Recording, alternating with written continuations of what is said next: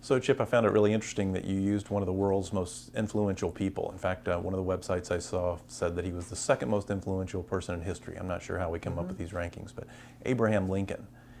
But you used him to illustrate disappointment. Yes. Well, let's start with the equation.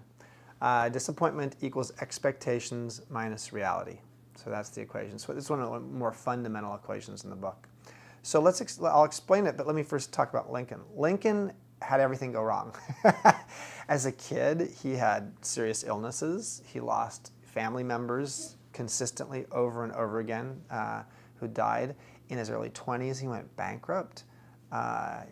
His wife, the person he was going to get married to, died. He ended up many times he ran for office and lost.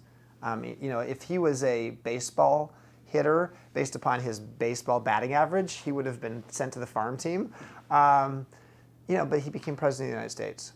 So what is to be learned by disappointment equals expectations minus reality with respect to Lincoln? Well, first of all, Lincoln used his failures, if we call them failures, as experiments. The truth is that what happens in life when you try things and they don't work, you can call it a failure, or you can call it a noble experiment.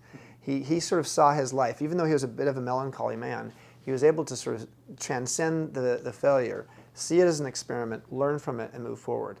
But it also helped him toggle down some of his expectations in life. And that's what's interesting about this equation. This is an odd equation because disappointment equals expectations minus reality. The truth is what that says is the higher your expectations are, the more likely there is for disappointment.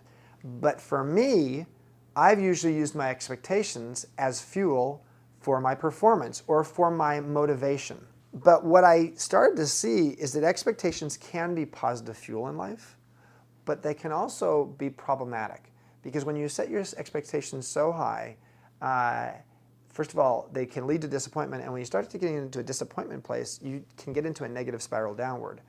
But also, there's times when you set an expectation on something that you have no control over. Let me use a classic example. There's a great European study that was done years ago, and what they were able to show is that it was about a bunch of students taking a test. What they found is that when students were taking the test and they used expectations about their performance, it actually helped them do better on the test. So if they said, I'm going to work really hard and I'm going to do really well, that would help them. The problem is when you actually build your expectations after they've taken the test and before they've gotten the results. So think about this in life. What's something that you have a high expectation on that you have no influence over the results? For a student who's already taken the test, what they found is that the students who actually increased their expectations, with each passing day before they got the results, they're naturally going to be more disappointed. So in some ways in life, the point is to say, how do you use your expectations as fuel when they're helpful?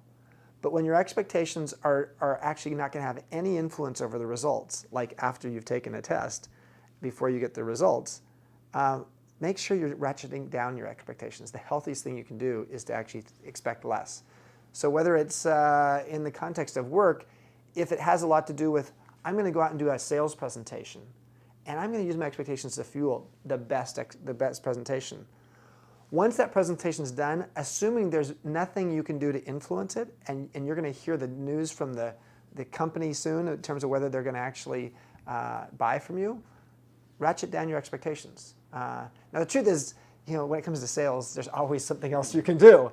But it's important to look at that because the truth is many of us are just disappointment machines because we wake up in the morning and we just feel like, okay, the world is my oyster and I'm going to go out and this is one of the things that's part of modern society is we get into that disappointment cycle because we have such high expectations. What's interesting about how we make money is ask a person, what's the right amount of money to make, and it's usually about 50% or 100% more than they're currently making. But it just ratchets up, and as it ratchets up, we have both created a new finish line for ourselves, which sometimes can motivate us further, but it also can disappoint us too.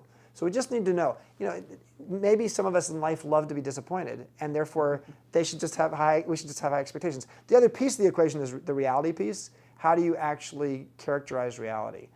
Because there's times when, frankly, reality, your initial impression of reality is not going to be your impression a month from now of what that reality was. There was a lesson in the reality and a message there that you didn't see initially.